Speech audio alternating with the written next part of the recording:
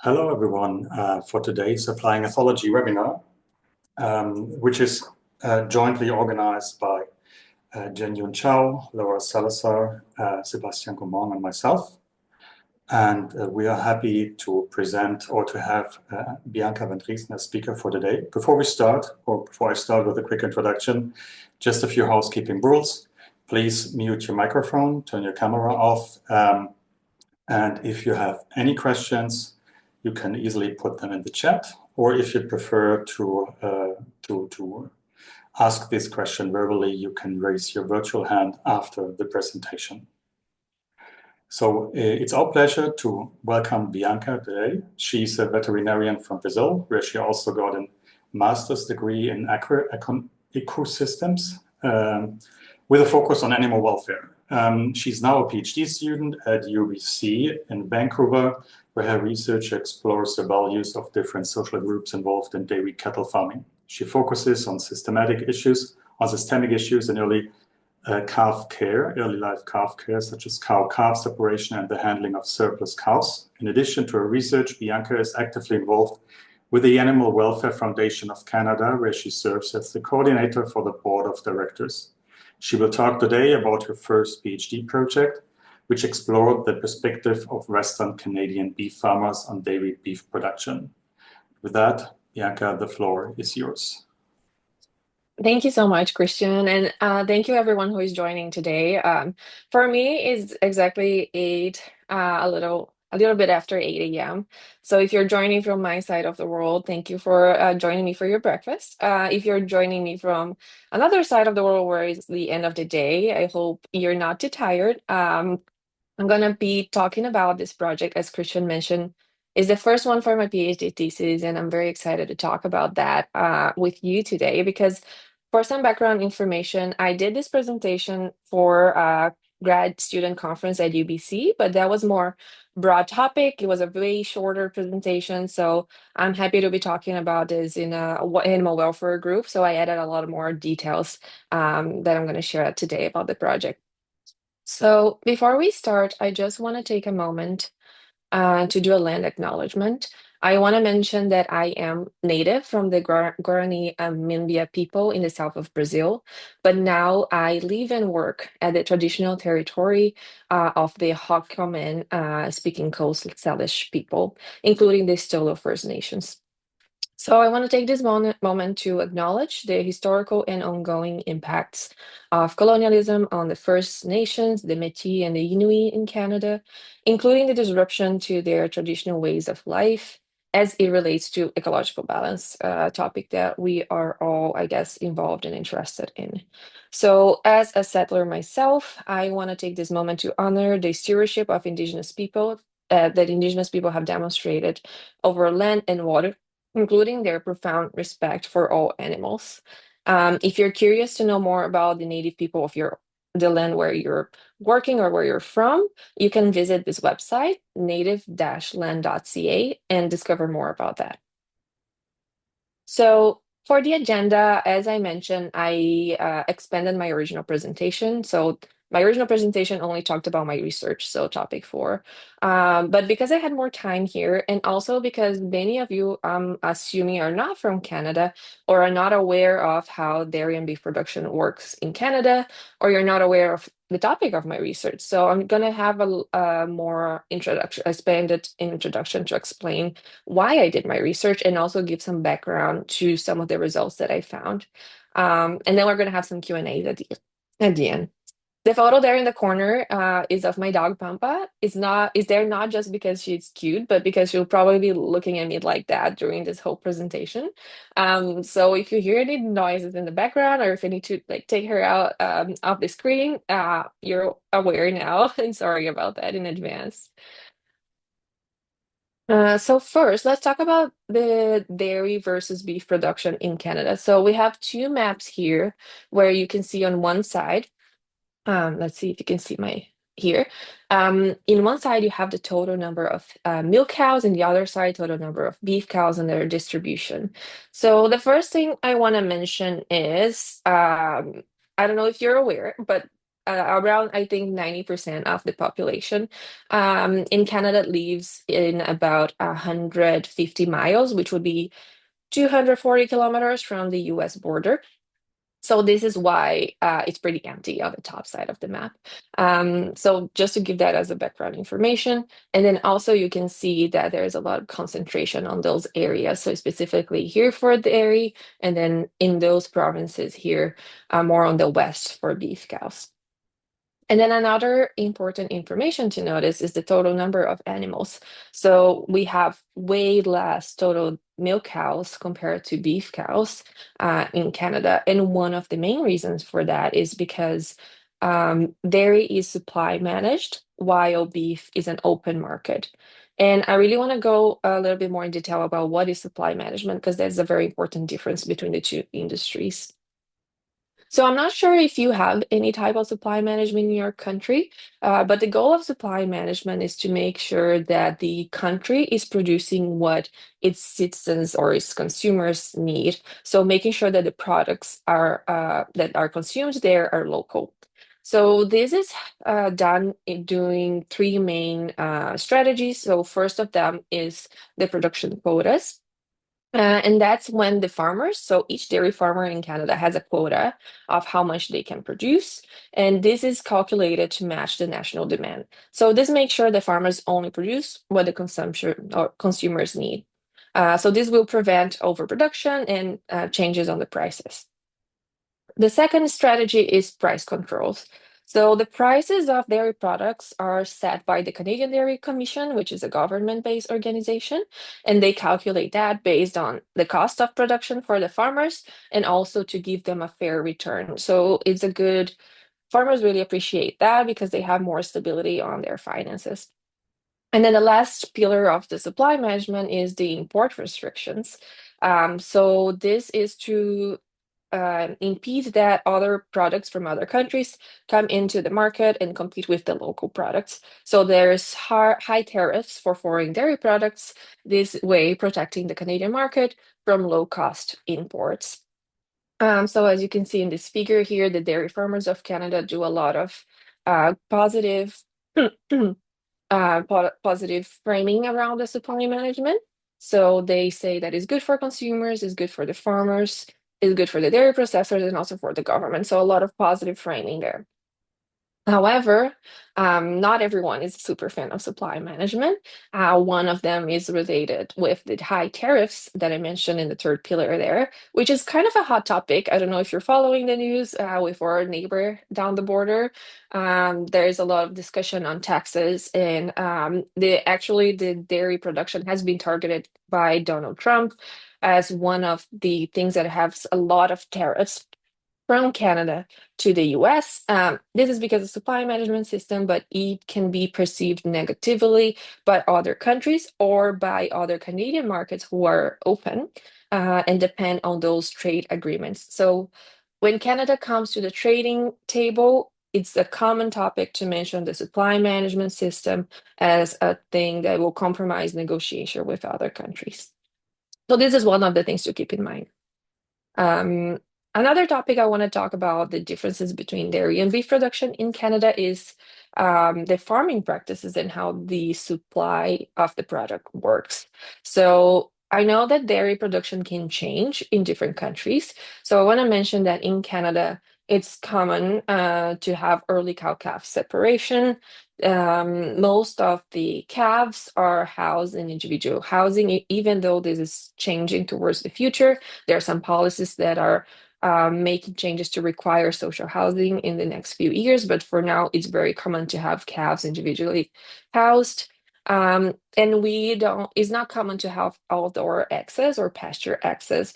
Most of the cows are housed indoors. For example, uh, in this image that I'm showing here, a lot of farms in specifically Quebec use tie stalls. So confinement is a common practice when housing their cows in Canada. So I just want to highlight some of those practices because they're very different from beef. So when we talk about beef production, we have almost kind of the opposite, specifically focusing on those three practices that I mentioned. We have cows and calves in contact for up to 6 to 8 months. They are housed in groups, so in packs, with the dams and their calves, and they're outdoor pasture based, housed. So we have way more outdoor access. Some would argue that way more naturalness in the beef farming system. So this is an important difference to note.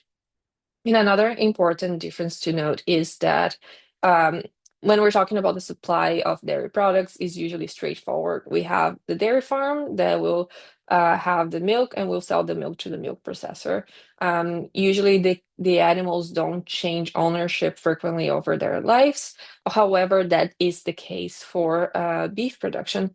So when we're talking about beef production, in Canada at least, it's common to have the cow-calf operators. That's where the reproduction portion of the supply happens. So we have the cows with their calves on pasture when they're pre-weaning phase.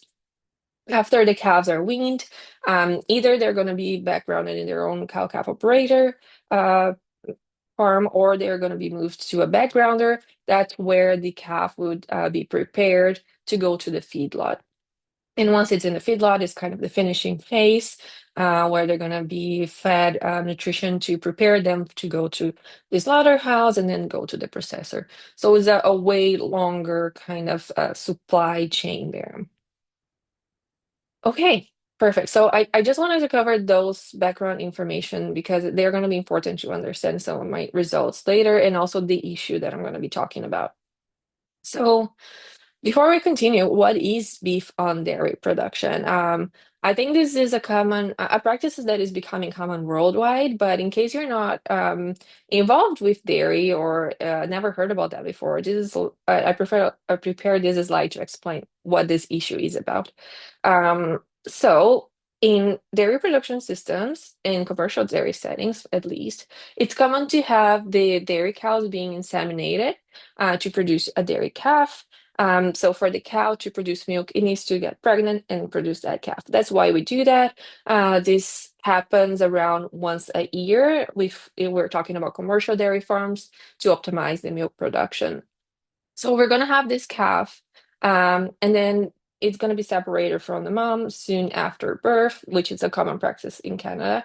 Um, and then, so if we're thinking that each cow in your herd needs to produce one calf a year to continue producing the milk for you to supply to your processor, we're going to have a lot of calves in the farm. So only about 75 to 85% of the heifers, so the female calves, will be needed to actually replace your herd.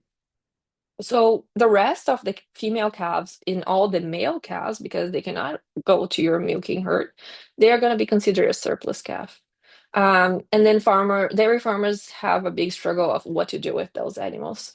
So a common path for them in Canada has been to be raised for veal.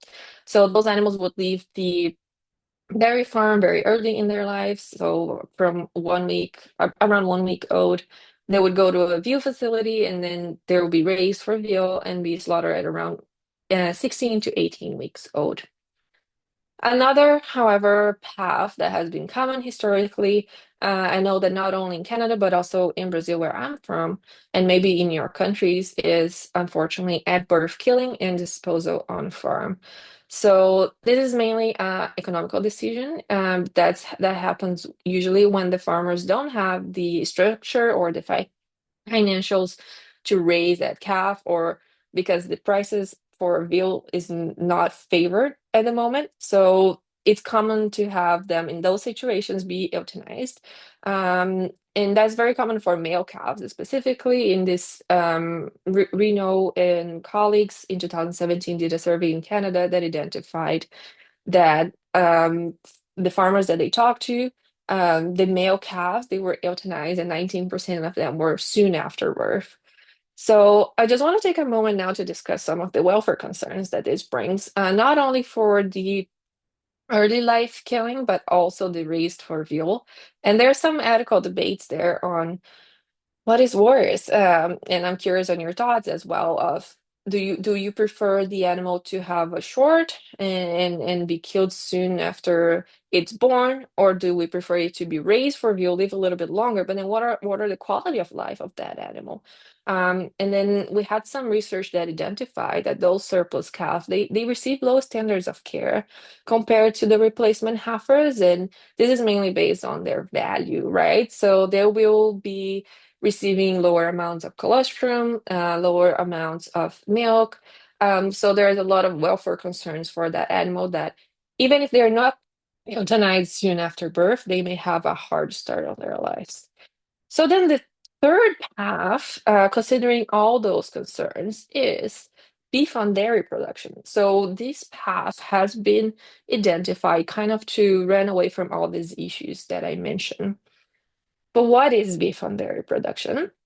So I have a new slide to explain that. So what changes is that now the dairy cow will be inseminated with a beef genetics. So the calf that will be born is going to be half dairy and half beef. This calf will also go through cow-calf separation, similar, the same practices as a surplus dairy calf. However, the difference is because this calf has better genetics for meat production, is gonna have a higher value. So it's gonna be more interesting for the beef supply chain. So what's going to happen is that this calf will leave the dairy farm and will cross that border there from dairy to beef, and then be raised in a calf rearing farm until it's weaned. It may go to a backgrounder after that will prepare it to the feedlot and then follow exactly the same path that a beef calf would follow. The only difference would be that early life stage where it wouldn't be living on pasture, it wouldn't be living with the dam, it would be living as a dairy calf. And then in this case, the animal would be slaughtered at 18 plus months old. So this is what we're talking about today, this kind of system. And I want to take a note that it is not new, the supply of animals from dairy to beef, because as you can see here in 2022, we had a research that indicated that 20% of Canadian beef comes from dairy farms. However, this number has been mainly due to the veal calves that I mentioned, or cool dairy cows. And then now we're seeing an increase in the number of beef on dairy calves. So that's why it's a hot topic. It's because of that portion that is increasing. So before we continue, I just want to clarify some important terms that I think the literature has been mixing and matching those terms a lot. So I just want to clarify for me how I have organized it in my research. So when we talk about dairy beef production, we are talking about all the animals that are raised on a dairy farm and then are moved to the beef supply chain. So that's regardless of their breed or their age. So it's going to include the pure dairy calves, the beef on dairy cows, but also the cool dairy cows. So anything that comes from dairy to beef. And then when we talk about beef on dairy, we're talking specifically about the calves that are produced through this crossbreeding of beef and dairy genetics. So this is specific to them. And then the last term is the non-replacement dairy calves. And I know it says dairy there, but it's regardless of breed. So it's any calf that is bred on a dairy farm that is not needed for replacement in the milking herd. So it can be a dairy breed, but it can also be this beef on dairy crossbred calves. So I just wanted to mention that because sometimes it can be very confusing talking about all those terms. And in the future, I'm gonna probably share some quotes that will mention dairy beef production and all, some of those terms that I shared here. So the next thing to talk about is why does it matter? Why are we talking about that? And for dairy farmers, this is very important because as you saw before, there's a lot of issues related with surplus dairy calves, not only related with animal welfare, but also about financials. They have an animal that they are framing as surplus. So it's a byproduct of the main product that they sell, that is milk. So having those beef on dairy calves is a good way to have a better reproduction management strategy, especially when it's paired with sex semen. So, what is becoming common here for farmers is to select the top genetic dairy cows that they have in their herd, inseminate them with sex semen to have higher chances of having a female calf from them to keep the good genetics in the herd.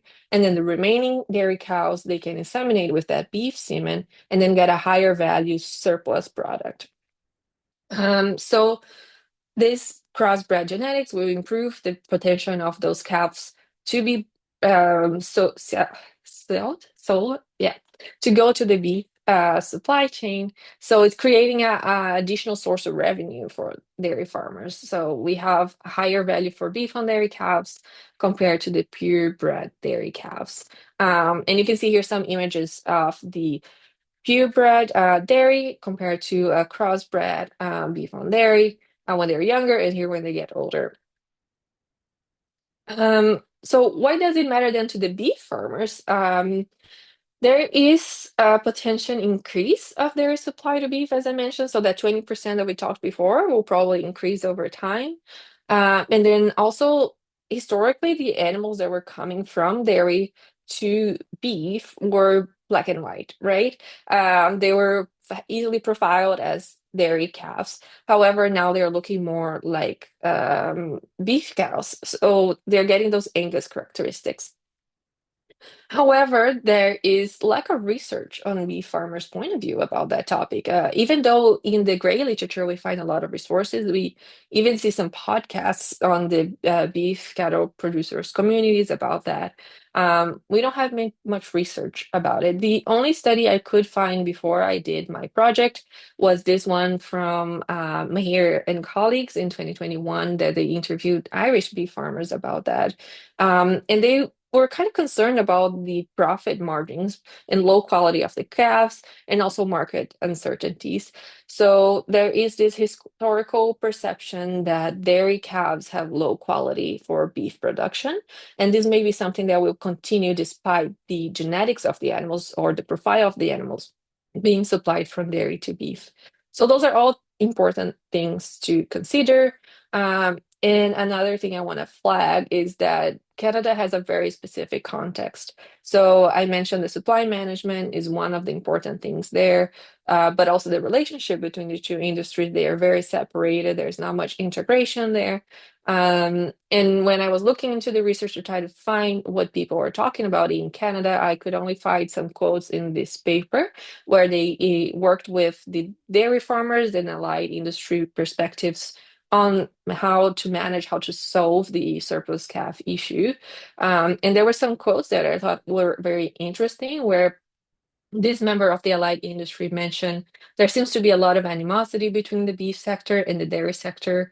And then this farmer mentioned that the dairy groups like to focus on milk and don't feel that the beef on dairy production is their issue. And the beef side sees this as a threat. So nobody wants to deal with it. So I was able to find some of those kind of like ideas or quotes about that, but no one actually investigating how does the Canadian beef farmers feel about that. So all this long introduction to justify my project. So I did this study to address this research gap to investigate the attitudes of the Western Canadian beef farmers towards dairy beef production. And why Western, you may be asking, and I want to show the map again. This is the distribution of beef cows in Canada, and you can see that a lot of the production is focused on those two provinces here. So those are the three Western provinces. We don't have much in BC here. However, this is where I am. So I had some connections with local farmers, and this is why I also included the British Columbia province. So for the methods, we use a snowball sampling with the bee farmers. We started with some connections of the group. And then after I conducted the interviews, I asked them if they had any colleagues or neighbors would be interested in participating. Because the bee farmers are very spread out and far from each other, my interviews had to be over the phone. And I also had a semi-structured interview guide to conduct the interview. I want to go a little bit more on the methods of my semi-structured interview guide because I went through an interesting process. So I structured my interview guide to be kind of a funnel because I was concerned about how the bee farmers would feel about talking about that topic because I really didn't know. I don't know how is the atmosphere in the beef industry about that. Maybe I need to step on eggshells when I talk about that. I didn't know how to approach it. So I first started being very broad, talking about the dairy beef relationship in Canada, so something they are comfortable to talk about. And then I narrowed down to the dairy supply to beef. And when I talked about that, I initially started talking about all the types of supply, so I could introduce the beef on dairy more naturally. So I was in my first 5 interviews, I talked about veal calves, cool cows, and then introduced the beef on dairy. However, in my first 5 interviews, I noticed that farmers were actually comfortable to talk about beef on dairy directly. So I decided to remove the questions about veal calves and cool cows because it didn't address my research question. So I was able to adapt the interview guide in this process. So after that, I focused on beef on dairy production. I prompted them about the differences on the dairy and the beef in their practices when raising those calves, and also what were their perceived implications of beef on dairy production to the beef industry, and how do they see that practice influencing the future of their industry. So those are kind of an idea of the topics that I wanted to cover in the interview. So all the phone interviews were recorded and they went through verbatim transcription. And then I used thematic analysis following Brown and Clark. So this is when I got very familiar with the data. I was the one conducting all the interviews. I reviewed the transcripts. And then when I did the analysis, I threw away my interview guide and only focused the analysis on the transcripts. And then the process of thematic analysis is to develop myself, I was developing the patterns. So identifying the patterns, seeing where they fit together, and how could I tell the best story about my results. So for the results, I had 18 interviews in total. So 2 of them had 2 members of the same family, but with different properties. So in total, 20 beef farmers, 11 men, 9 women. The interviews were on average 44 minutes long, but there was a big range there from 27 minutes to almost an hour and a half, more than an hour and a half. Regarding the age of participants, we had around an average 52-year-old, but also a big range. So from 20 years old to 71. However, I want to mention that 7 of the participants did not disclose their age. And when I think about the phases of the beef production that I mentioned before, so we had participants from all of them, from the cow-calf operators, backgrounders, and feedlotters. So I was able to get their views from across the supply chain. And when we talk about thematic map, I was able to identify or develop 3 main teams, and 2 of them had 3 underlying sub-teams each. So I'm going to go in more detail about them. So when we talk about the dairy and beef relationship, participants brought up a lot the market situation. So they did acknowledge that the dairy is an important component of the beef supply chain. So they mentioned, for example, in the sentence, the dairy and beef industries both work together to achieve a goal of filling the requirements of the slaughter businesses. As the other participant complimented, as dairy cows are part of our whole beef industry. So they did acknowledge their collaboration. However, they were some kind of surprised about the amount because I did share with them, oh, how do you feel about this data that 20% of Canadian beef comes from dairy? And they were surprised about that. Some of them did not agree with that, but there was a common sense that this would increase, especially with the beef on dairy practice. And then they did mention some animosity between the 2 industries, and that was mainly based to the supply management discussion. So, for example, this participant said the dairy and beef industries tend to lobby against each other's product when ultimately they are the same product, as every dairy animal becomes a beef product. So the supply management topic was one of the main reasons for the animosity, especially because of the impacts that it has on the trade agreements for the beef side.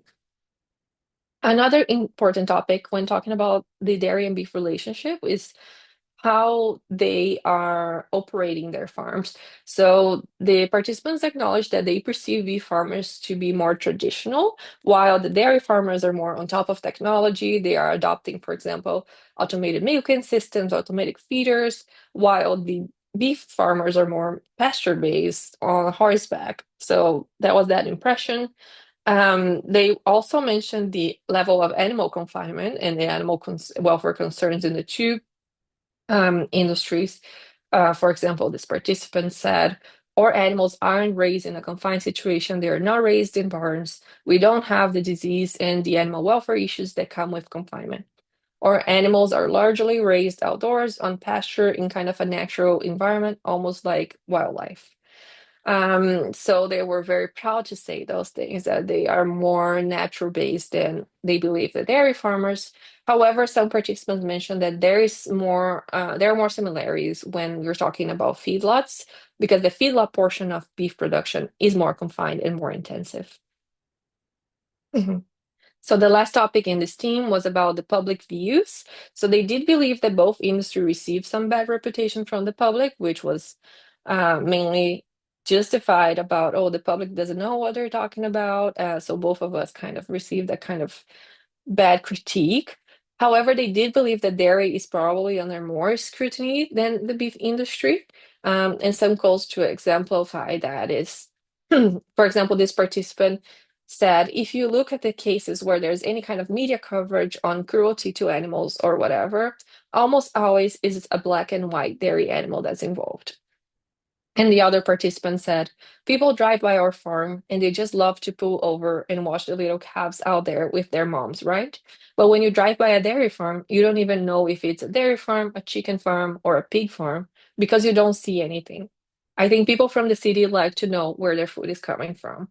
So they perceived the beef industry to be more open, partially related with the animals being on pasture, while the confinement of the dairy farms compromises that openness to the public to know what's going on.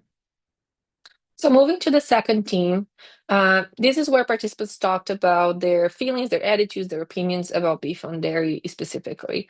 So one of the main topics was the impacts that we would have on their business. So they were aware of the dairy surplus calf issue for the dairy farmers, and some of them even used that as a understanding component of, I cannot blame them for using beef on dairy because I know they have that issue. So that was interesting to find. Um, However, there were a lot of mixed feelings about seeing this as either an opportunity or a threat. So, for example, this participant said dairy beef production would be a positive thing because it would be able to fill our needs, but as long as it doesn't oversaturate the market and then be detriment to just primary beef producers. So there's a fine line there between being an opportunity to fill their needs in cattle numbers and being a threat to a market competition. So, however, this threat was not only financial, but also to the traditional ways of rearing beef, which was interesting. So, for example, this participant said, sorry, the reality is dairy farmers can probably put out a pound of beef cheaper than I can. I could be more intensive, but then my operation would start to look more and more like a dairy farm. But all those things kind of push you from the traditional beef industry. So that was interesting to see how they believe that the beef and dairy practice may have some influence on how their farms operate in a response to that pressure. The second sub-team here was the role of the genetics. So when we're talking about the opportunity piece, is mainly linked to the role that having a beef genetics on those surplus dairy calves would improve their quality to the beef supply chain. So they saw those animals that having better quality for their products and also being more resilient when moved to beef operations. However, for example, this participant said if the non-replacement dairy calves weren't a beef cross, they would be straight Holstein or straight Jersey, which are less economical for guys like us to feed and convert into beef. So the opportunity here is strongly linked with the genetics. But then I mentioned the limitations of genetics because participants believe that not only the genetics of the animal would influence its quality, but also how the animals are raised. So this participant said, I don't think the quality of the beef would be quite the same when comparing the crossbred with the pure beef. I mean, I'm saying that from a prejudiced point of view, but one of the ways that you get your top grades is from muscle. If the calves are raised from birth in a fairly confined quarters, they won't have the same muscle that the animals that have been out on range. So mentioning that genetics is important, but may not be all. So to complement that, participants talked about the management practices, so how those animals are raised. So they believe that how they are raised in an early life has great impact on their health and also the quality of those animals for the beef supply. And they even share some lessons, lessons learned from beef, I say. So their opinion about how the animals should be raised. So for example, this participant said, I think that calves do better and that their health is better when they stay with their moms for longer. And I see the need for it in the dairy industry. And some of them even had their personal concerns with the welfare of those calves. For example, this other participant said, I see beef calves running in groups of 5 and 10, and their tails are up in the air. They have fun. They're a bunch of babies having fun. So why should those beef dairy calves not be able to have the same thing? So that was a very interesting finding to have. And in the last team, we participants talked about a shared future. So I asked about the impact of beef on their reproduction on the future of the beef industry, and they brought up that this should not be a one-sided thing. They should talk about the future together. So they did see the need for dairy to take the lead on the conversation because they believe that this would be a solution to a problem on their industry. However, they need to include the beef industry on those discussions, and not only part of the beef industry, because you saw there it's very separated in different categories. They should include someone from all of the different supply chain stages. And then there is a need for communication and collaboration for this future to make sure that the components that cause that threat are reduced and the components that cause the opportunity are increased. So some quotes to exemplify that. This participant said, I don't think there needs to be an agreement, but as things move forward, there needs to be continued dialogue between industries because we're not competitors and we should be working in synergy. Another participant said, the whole food chain of beef production, I think, should be there because every group within the beef production value chain has a different viewpoint on it. And if the two industries can manage to get over or agree to disagree on differences in supply and non-supply management industries, that it could be a very copacetic relationship that benefits all of us. Or if they can't, it might not. And overall, there was this view that beef on dairy is coming, whether we like it or not. So it's how we work with it. So now I just want to take some notes on my conclusion. I had a great time talking to the bee farmers. It's very interesting to see the different views that they had about this topic. It was interesting to see that the bee farmers had a mixed perspectives on beef and dairy production. So the complex relationship between the two sectors had a main role on those attitudes. So you could see comments about the animosity between the two industries and how it might impact their future. So there's a lot of social, cultural, and market dynamics that play a role there. Overall, thinking about their attitudes to the practice, I think it's really about that opportunity versus threat piece, where there's a positive attitude towards having improved carcass traits for those calves, improved resilience for those calves when they're being supplied to beef. However, also this concern for the market competition and the potential threats to the traditional ways of rearing beef calves. So my takeaway here is that it's important to include the beef farmer's voice in shaping a mutually beneficial future for both the dairy and beef industries. So it's important to make sure that they are involved in those discussions. And also on animal welfare focused piece, I want to mention that when we talk about beef on dairy production, it offers a technical solution for the surplus dairy calves. Mainly, it avoids the early life culling. That is a main concern, ethical concern there. However, when we think about a sustainable solution, we may also address some of the calf care components there, especially the ones raised by the beef farmers. So we saw some comments about cow-calf separation, about outdoor housing, some about social housing. So those are things that may need to also be addressed in parallel with the longer life of those animals. And with that, I want to thank you for hearing me talking about my research and my the shirk that funded my study. And if you want to reach out to me about any details, or if you want to know more, please feel free to reach out to me. And I think we have some time for questions now. Thank you, Bianca, for a very informative and very clear presentation on this topic. The goat researcher here has learned a lot on these processes. We have time for questions, and feel free, as mentioned in the beginning of the webinar, to put them in the chat or just raise your hand and you can ask them personally. We already have a first question in. It's from Berthe. Also not central to your study, can you expand on the effects on animal behavior and welfare of your findings? How do Yes.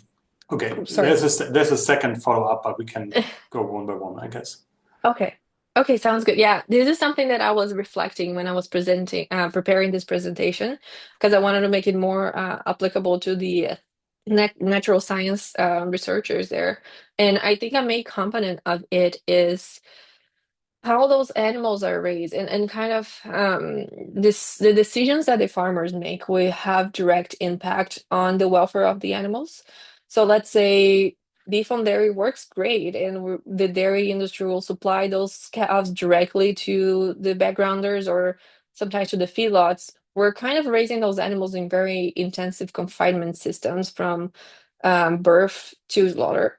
And I think that's where the animal welfare and behavior concerns come in, where we need to consider how can we improve their welfare in those conditions, or can we work with the social sciences side, which is my side, on with the farmers, and see what do they value, and how can we work with them to make sure that we're providing the best for the animals.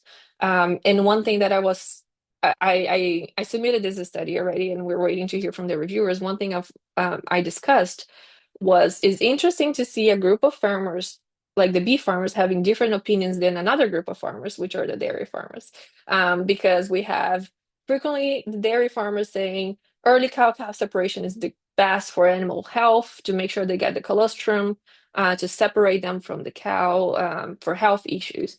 And then we have the beef farmers saying the best thing you can do is keep them together. That's how the calf will get resilience and etc. So I think we can work with that, to kind of inform each other, about the research on the animal welfare and behavior side. And I hope I answered your question first. Go ahead. Yeah, yes, you did. Thank you, Bianca. A very interesting study. I have a follow-up question, which is slightly different, but perhaps also related. I was wondering how the dairy producers select the cows to be used for the beef on dairy calves. Is it only based on their lower production, or do they also take temperament and behavior into it? I think that would be another research, to make sure if to ask about the behavior piece, because I know the genetics and production numbers are usually the driven force for selecting those cows. And as we're moving now in Canada, at least we're moving towards the automatic milking systems, with the robots to do to milk the cows. We also are selecting for like teat composition and things like that. So I believe that those, unfortunately, those traits, the teat composition, the production levels, are the driving forces of selecting those cows. But I would even hypothesize that how those cows are adapting to the robot, for example, the ones that kick more or kick less, or that respond better to the handler. Maybe there is some behavior driven choices there, but we're not aware of that yet. Thank you.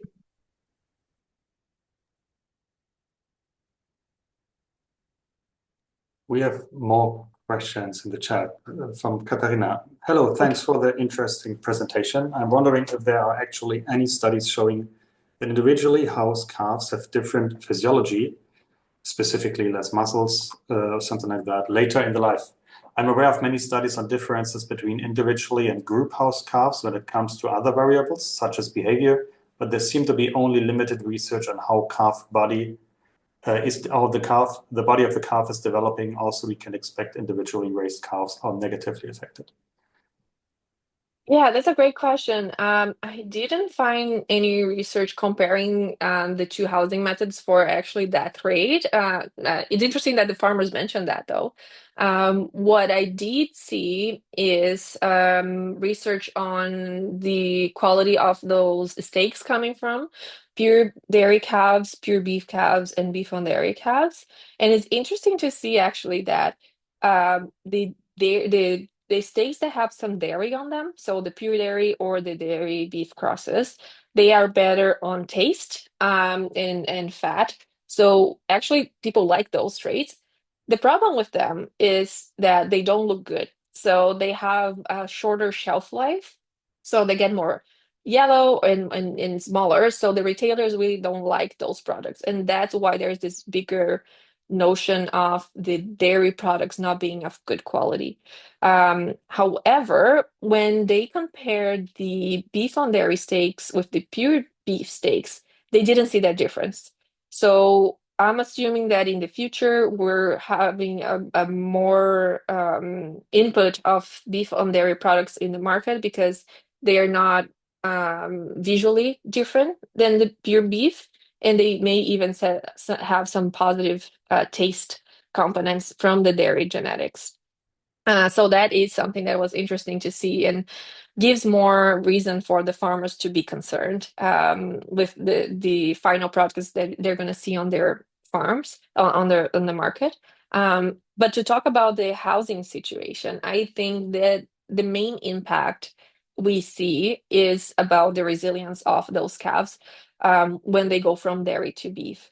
So it's also another common thing to see that the dairy calves, they are very weak or they have high mortality when they get into the beef farms for many reasons. We can mention early cow-calf separation. We can mention that they receive lower amounts of colostrum and milk when they are in the dairy farms.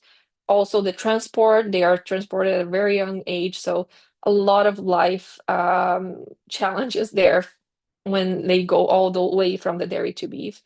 And then we had some participants mentioning that they noticed that the beef crosses are a little bit more resilient, but they did believe that the key change there would be to house them socially, to house them outdoors before they go to the beef farm, because then that would give them a better chance of adapting to that system. So I don't think there will be a relationship with the housing and the actual muscle or final product, but I do see that as being one of the components that could improve the quality of those animal or quality of life and higher resilience of those animals in the supply chain. Thanks, Bianca. There's another question from Jen. Thanks, Bianca, for the really interesting talk. You mentioned that beef on dairy production is now applied worldwide. Just wondering how prevalent this is in US, Europe, and Latin America.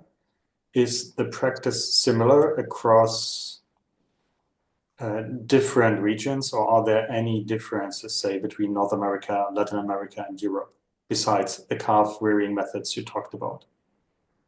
Yeah, I don't know the exact numbers to tell you how prevalent it is in other regions compared to here.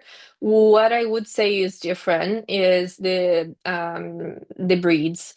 So here in Canada and I believe in North America in general, Holstein dairy cows are the most common. And then we have Angus usually being the beef breed that they're pairing with. But in other regions, it will depend on the local breeds.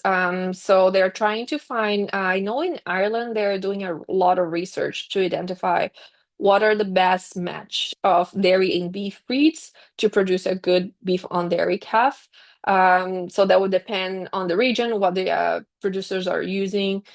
In Latin America, my experience, I didn't do research specifically on that. I did on surplus dairy calves, and it was a big issue. Like there was a lot of concern. So they're also introducing that as a solution. And I think that's why it's becoming common worldwide, because the surplus dairy calf is a problem globally.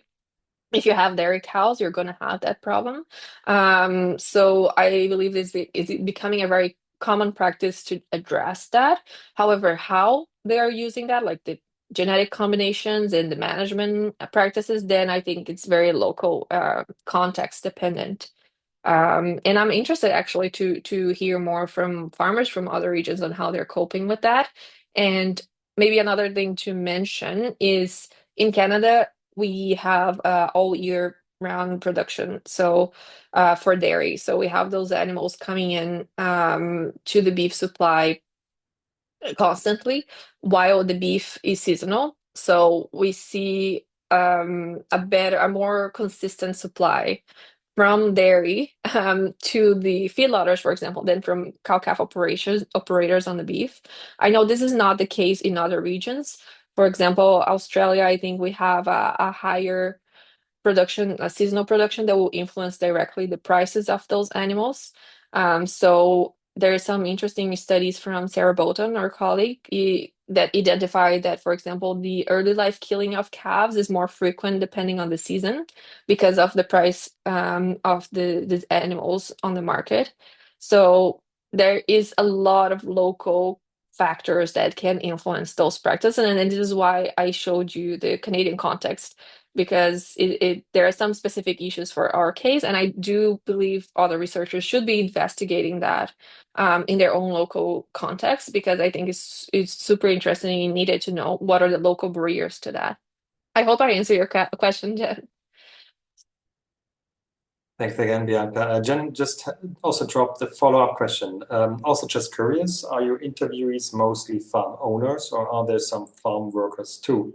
Do you have plans to get the dairy farmers' perspectives too? Yeah, so most of my participants were the owners. It was usually family based, so like a multi-generational farm that they received from their parents. So all of them were kind of in that situation, or like a couple who worked at the farm. And I don't I mean there are more studies out there that already investigated the views of dairy farmers on this topic. So actually my next step, my next research spoiler some of the comments that I saw on those interviews were related with the care of the calves and how you need to become kind of a mother of those calves in the dairy farming, where in the beef farming, they are with their mothers. So, my next study, I'm going to be interviewing female dairy farmers about their views on the calf care because they are usually the ones in the family setting that are responsible for the care of those animals. So, I'm going to be interviewing them about their views about animal welfare, but also their specific views about, for example, early cow-calf separation and how they see the future of that practice. So stay tuned for the next for the next presentation. We don't have more questions in the chat, and we are almost close to the full hour. So if there are no more questions popping up, I would just again like to say thank you for the great presentation. Also, thank you to the audience and you, Bianca, for the great question and answer session afterwards. And fingers crossed for your follow-up studies and for your new adventures in this area. Yes, thank you so much. And thank you for making it today. I know it's a hard time, but it was a fun time. Thanks.